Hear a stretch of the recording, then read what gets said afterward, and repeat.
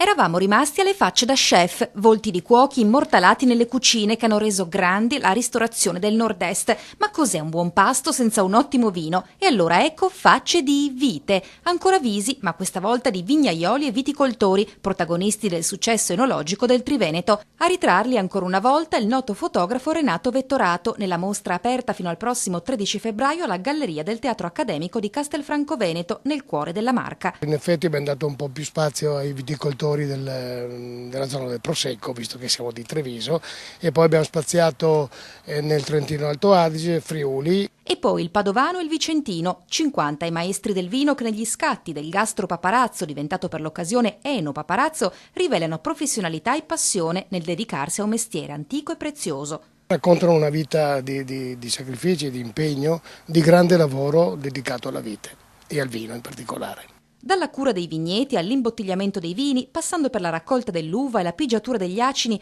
tante immagini per una lunga storia, e di storie da raccontare, al di qua e al di là dell'obiettivo, ce ne saranno ancora altre. C'è in programma qualcos'altro che per il momento non posso ancora svelare, ma sempre che riguardano i visi e le facce.